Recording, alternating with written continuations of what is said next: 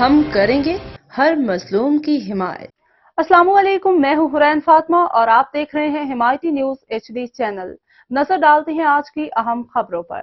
شہید ذوالفقار علی بھٹو کی 97ویں سالگرہ کی تقریب ریڈی گوٹ میں منعقد ہوئی۔ ریڈی گوٹ پاکستان پیپلز پارٹی کے رہنما UC 10 ریڈی گوٹ کے وائس چیئرمین رفیق داؤد جاد کی ہدایت پہ UC ریڈی کی تنظیم و کارکنان نے قائد عوام شہید ذوالفقار علی بھٹو کی 97ویں سالگرہ کے موقع پہ ایک پروقار تقریب کا انعقاد کیا۔ تقریب میں UC کے عہدیداران و کارکنان نے بھرپور جوش و خروش سے سالگرہ کا کیک کاٹا اور ذوالفقار علی بھٹو کو قومی خدمات کو خراج تحسین پیش کیا۔